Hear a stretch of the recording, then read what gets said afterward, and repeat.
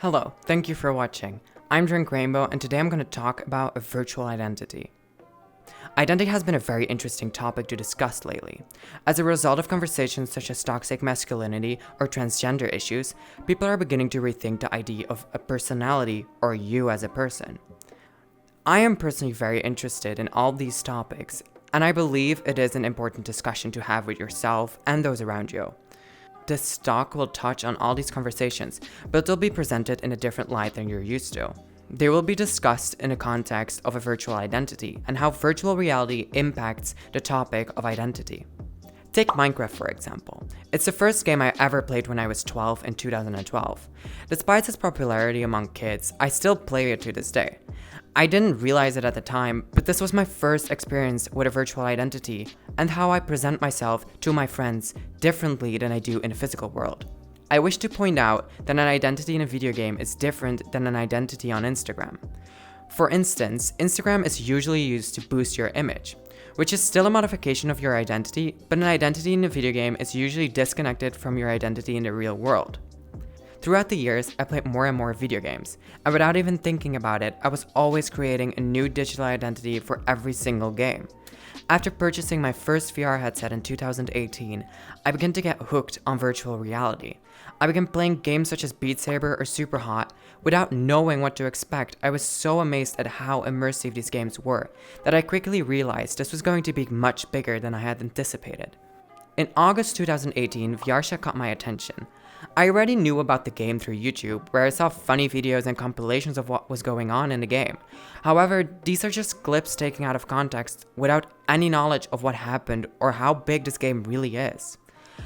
As I played the game, I developed an identity that was more complex than any identity I've ever created in any video game.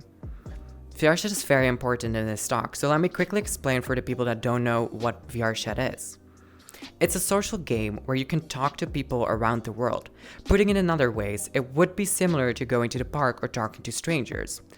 But then you aren't in a park. You might be floating around on the International Space Station wearing an anime avatar. Like for example, I'm doing right now on a big stage.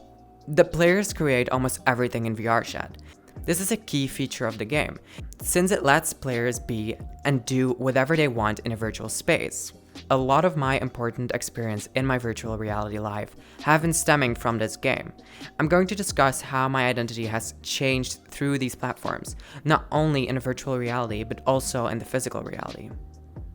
VRChat is also the closest thing that we have to a metaverse that holds some promise right now. By that I mean that VRChat checks almost every single box of being a worthy metaverse, compared for example to Meta or even better known Facebook. As here the player is only able to talk to people and change avatars. This is not enough. However, having the ability to create things yourself and having the freedom to do so in VRChat is key to a metaverse. It's unlikely people would stay interested in a virtual reality space where you can only talk to people and use it as a less detailed Facebook. But before I go further, let's change settings for a second because this podium is killing my PC. Okay, let's continue. Hello. My name is Drunk Rainbow, I'm 21 years old, and I live in Belgium. As a non-binary person, I use she, they, and he as pronouns. I study graphic design and mostly play video games in my free time. Now, I'll introduce myself again, but in a different way. Hello, I'm Guus, I'm 21 years old, and I live in Belgium. I identify as a cis male and I use the pronouns he, him. I study graphic design and I spend most of my spare time playing video games. Both of these introductions are what I use to introduce myself. In the first case, only in a virtual environment, in the second case, only in a physical one. Many people are going to say that the second one is the real introduction, since it includes my real name. But what if I told you that about 60% of people who know me do so through the first introduction? I would even say that 60% of these people know me better than most people. Personally, I also feel more comfortable in the first introduction. As you can see, I identify as non-binary, not only in a virtual space, but also in a physical space. Because this is a controversial topic in a physical reality, I usually do not mention it when I introduce myself, since I don't want to explain myself or even be laughed at. Although I'm not saying this couldn't happen in a digital environment, I have found that it's generally easier to find accepting and open people in a virtual environment. Opening up is also easier in a digital environment because nobody knows your physical identity. I'm grateful for the experience I had in virtual reality and in games in general. In addition, I don't think my life would have been the same if I lived it primarily in the physical world. Nevertheless, my life would have been different, but it would still have been fulfilling. Since I'm only 21 years old, I honestly have no idea who I am, but I'm just glad that VR helped me discover a few things about myself. Additionally, it helped me develop my social skills. Social anxiety has always been a problem for me, but after making friends with people I randomly met online, it became easier to talk to strangers, and not just in a virtual environment. I'm not the only one who feels this way. Many people in VR sets say that their social skills have improved dramatically as a result of the game. VRChat is also home to many people who suffer from social anxiety. People are more likely to open up and talk openly about their problems or just have a normal conversation when hiding behind their digital identity. This makes the game very accessible for people who have difficulty with these issues. Also, it's helpful to be able to talk about your problems with other people who have the same issue. I do want to add that having a physical identity is still extremely important, don't get me wrong. Besides, I'm not suggesting you put down your physical life and live in a virtual world. There is still a safe place in a physical world, and there are a lot of people who have it there. The digital space has a lot of issues, and trusting someone you don't know could be very dangerous. It is a big problem that anyone can be anybody, but that is also what makes it so exciting. Now, I want to talk about some other digital identities that people have created over time. I will first start with talking about VTubers. Quickly explained, a VTuber is usually a content creator that streams or makes videos on Twitch, or YouTube, or other platforms. But they don't use their physical identity, and usually don't want to share it. Take for example Iman Ines, or better known as Pokimane. She's a very popular streamer on Twitch. She does have a virtual identity, but it's not the same as a VTuber, because we do know who she is in real life, and she shows herself on her streams. A VTuber, on the other hand, will usually be seen wearing a 2D or a 3D avatar. You usually also do not know what they look like in real life. They mainly do the same thing on stream as Pokimane does, like playing games, watching videos, or having a conversation with other streamers, or other VTubers in their case. And they also establish a good relationship with their viewers. But what is interesting to me is that even though these people do not want to show their physical identity, they still create a very close and connected community. This shows that we do not need a physical identity to feel connected to someone. Look at Iron Mouse, for example, one of the most fast-growing VTubers on Twitch right now. She has just over 1.2 million followers on Twitch, and at one point, she had 170,000 subscribers. So, as you can see, we're not talking about a tiny amount of people that enjoy her content and care about her. I also think she's the perfect example to show that having a digital identity could be very beneficial for other people or yourself. As she suffers from CVID, some normal tasks like leaving the house or even your bed could become very difficult. And if she would stream without her VTuber avatar, we could be maybe able to see her hard times that she's going through. She wants to create an environment where she feels accepted like a normal person and not like a person that is sick. Using a virtual identity to achieve this is a great solution. If people watch her right now, we would see a person that is bubbly, funny, and has an amazing singing voice. If she would use her physical identity, we would maybe see a bubbly and funny person with CVID. So her virtual identity creates a sort of escapism for her to leave her sickness behind, and I personally think this could be very beneficial for people that suffer from chronic diseases to still have a sort of normality in their life. But VTubers aren't the only celebrities who mostly use virtual identity. For example, one of the most famous Japanese music artists, Hatsune Miku, is not only popular in Japan, but also throughout the world. She has countless songs that have become the #1 hit in Japan. She appears in countless Japanese commercials. She has even gone into space. Marc Jacobs designed her clothing for her opera. And if that wasn't enough, Toyota announced that the Toyota Corolla is now the official Hatsune Miku car.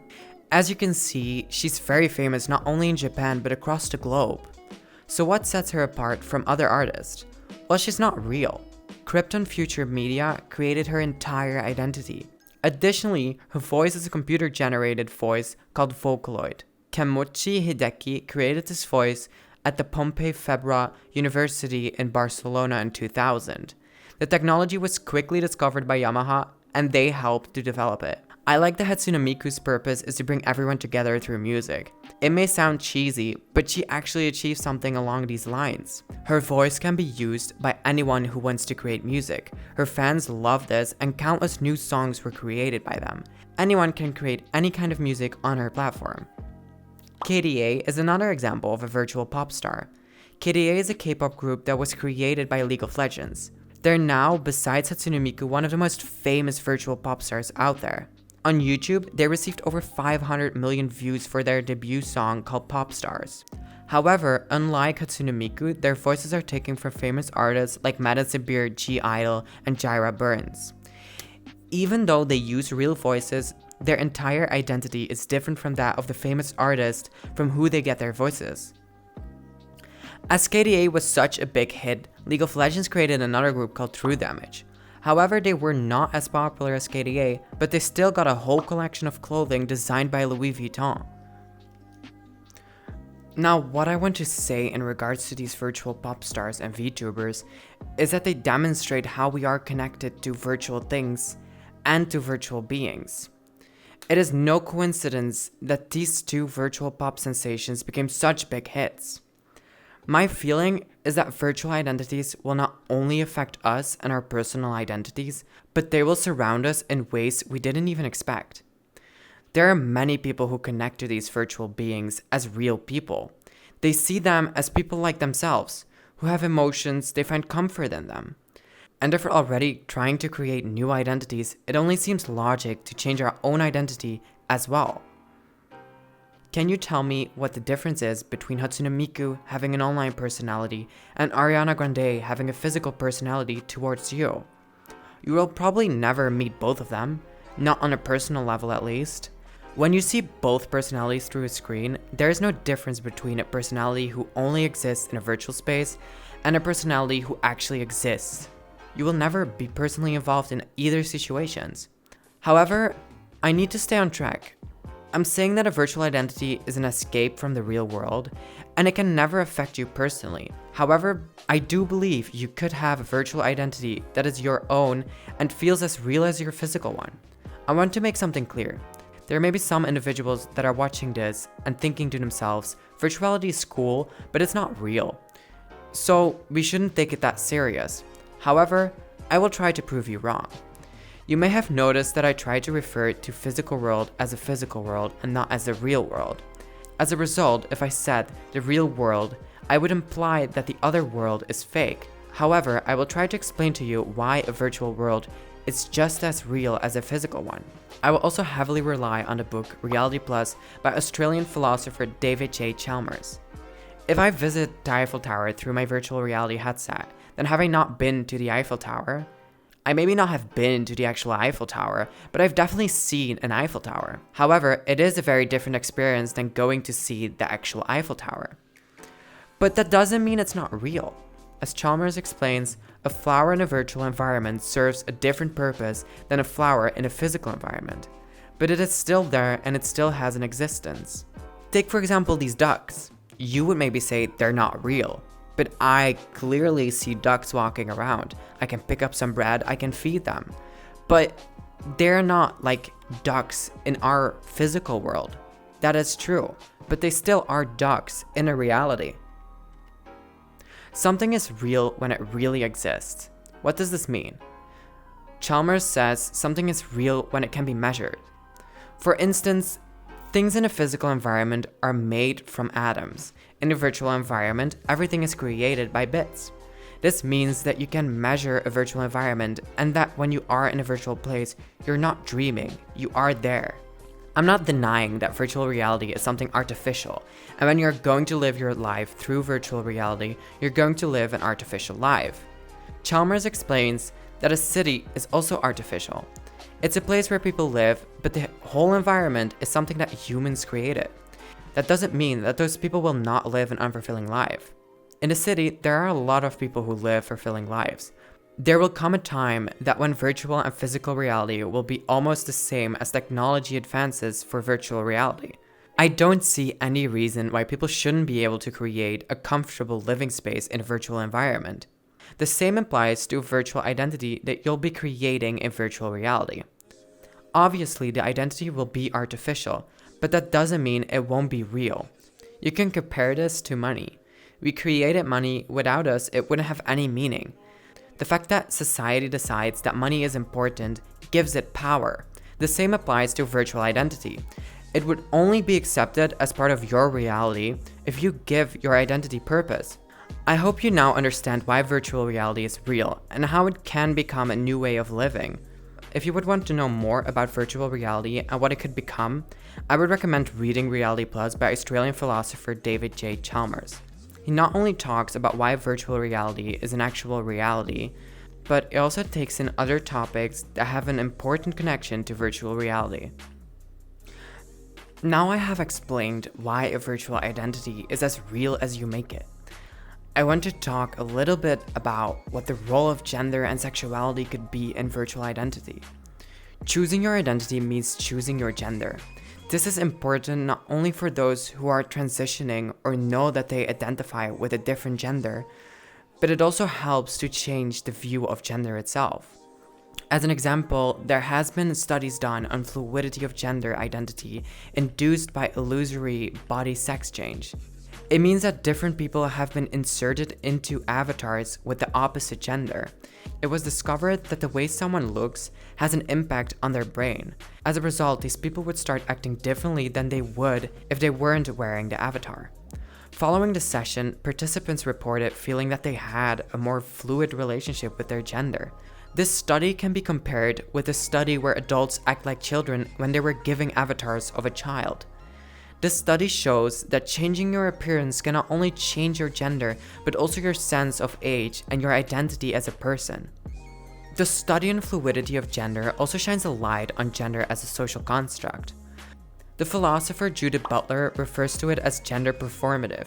She explains that an act is performative if it produces a series of effects. As a result, a gender identity cannot be formed before gender acts. Since the acts create identity, Butler wrote that a person cannot be a gender before performing gender acts.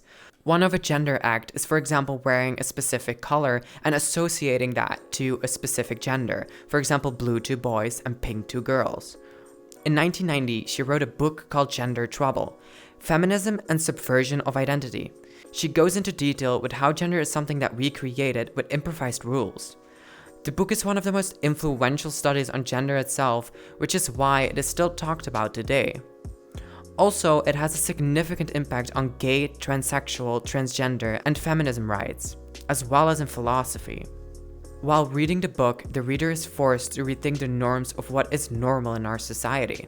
In questioning why people divide people by gender and sexuality, she expresses skepticism. To create a better society, she believes we should change the idea of these labels. By making assumptions about what is normal, people who are not normal can lead less fulfilling lives. While being gay has become more accepted than before in this day and age, there is still an assumption that being straight is the norm. This gives people that are not heterosexual a bigger chance of having a less fulfilling life. Additionally, she argues that there is no natural way of a gender to act. Our assumption is that you will act masculine if you are a man. This is just a fabricated idea that we have developed over time. Whether you are a woman or a man doesn't dictate your connection to masculine or feminine traits. Virtual reality is breaking down these gender norms in some way. You will almost never be questioned if you choose an avatar that is outside of your gender. As an example, take Harry Styles, a straight male wearing a dress on the cover of a magazine. It was one of the most controversial things that happened that year. But if this would have happened in the virtual world, nobody would blink an eye. My personal preference has always been to use female avatars, since I feel more comfortable in them. I also discovered I don't fully identify as a male, but I'm not the only one. If you do not know what your gender is, or you identify as a different gender, you can change it with a click. In addition, I have also met many people who identify as a male and are heterosexual, but are wearing female avatars. When I talk with them about their avatar, I usually want to find out why they chose it. Their typical response is because it looks cute. Changing your avatar to a different gender isn't the only way to alter your appearance. The possibilities and personalization in virtual reality and online in general are almost limitless. Clothing has always been a way of expressing yourself. Even if you don't care about fashion, you'll still wear something you feel comfortable in. However, when you are in a virtual environment, I believe you are more likely to dress boldly than you would in the physical environment. Having the ability to hide behind the fact that people do not know you gives you more confidence to be who you are. The concept of personalization in games is not new. Even the biggest games use it to generate their main revenue. League of Legends, for instance, makes around $740 million by selling skins. The $740 million is still nothing compared to one of the biggest games out there right now, Fortnite, which makes around $2.4 billion by selling digital cosmetic products. These big numbers attract big fashion companies like Gucci, Louis Vuitton, and many more. Louis Vuitton and League of Legends collaborated on the Popstar group True Damage, as I mentioned. However, they also made in-game skins that would cost $195 if purchased at full price. There are many other games that collaborated with high fashion brands, not just League of Legends. For example, Fortnite partnered with Balenciaga. They made a whole collection in the game that you can buy for your character. Moschino also collaborated with Sims 4. There is no doubt that high-end fashion brands are starting to realize that the digital world is also a good place to thrive. However, they aren't the only ones who see potential in the online fashion industry. For example, The Fabricant is one of the first fashion houses that only creates digital fashion. It was founded by Carrie Murphy and Amber Sloten in Amsterdam. They believe in a world of digital fashion in which we use it every day. Furthermore, they expressed a great deal of interest in finding a way to use digital clothing to end mass production. Their image also emphasizes accessibility. Fashion and self-expression should be free in their world. Therefore, everything that they design can be downloaded free of charge from their website. This year, I spent more money on digital clothing than on physical clothing.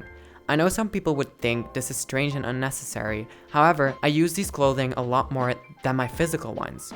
Usually, I buy them from freelance 3D designers. I like the little community they've built. People walk around in these avatars and yeah, you know who designed that body, or you recognize somebody's skirt. It's kinda like somebody recognizing a big fashion brand, but then it's on a more closer level. As we discussed in VRChat, the environment is created by their player base. Therefore, you can easily customize the 3D designs that you buy from the designers. If someone else buys the same skirt as you can still customize it yourself, however you like. I think this is one of my most favorite things to do revolving around VRChat, making your clothing unique to you by customizing them. Even so, you still need a basic understanding of how 3D programs work. However, it is very simple to do. Just search on YouTube for a tutorial. By doing this, you'll create a stronger connection with what you wear, creating a bond with how you express yourself. This is also applied to physical clothing. However, physical clothing requires more skills and time. Additionally, there's no undo button on it. So when you make a mistake, you cannot go back. I think we can safely say that there is a lot that revolves around a virtual identity. And when you ask the question, what is the impact of VR on our identity, there are a lot of ways to answer this. However, there isn't really one correct answer. As we have seen, a personal identity isn't just one thing. It isn't just your identity. Like Iron Mouse, it could be used to escape physical reality, or maybe it will even be a completely new identity that is unconnected to any human being like Hatsune Miku. With just one click, your identity can be adjusted. Personally, I think it's so fascinating how we're creating a world where we can do whatever we want, like we're almost a god. I'm not sure if this is a good or a bad thing, only time will tell. It does bring up the question, how reliable is the virtual space, and how can we trust others? The easier it is going to become to hide behind a different identity, the more careful we need to be about who we trust. Altering your appearance or even your gender can also be used in bad ways. But don't let this scare you. New things always bring new problems to the table. But that doesn't mean they're bad. I see a great future where people can express themselves on deeper levels. Obviously, it won't create the ideal world, but it's a world I would like to live in. Creating friends across the globe while using an identity that fits you more than any other. Such experiences are impossible in the physical world. Obviously, I am biased towards virtual reality and its impact on us. However, the fact that I feel so much hope in this space must mean something. I wouldn't like it so much if I didn't think it is good for us or if I didn't believe it would improve somebody's life. It will be interesting to see how this all develops and how this technology will be applied on a daily basis, not only in the area of identity, but in general. The way technology is evolving right now, I believe that more and more people will choose to enter this field. Even so, there will be people who don't want anything to do with it, and I agree that it is scary. Nevertheless, I suggest keeping an open mind. Besides, nobody's forcing you to make a digital identity. Not yet, at least.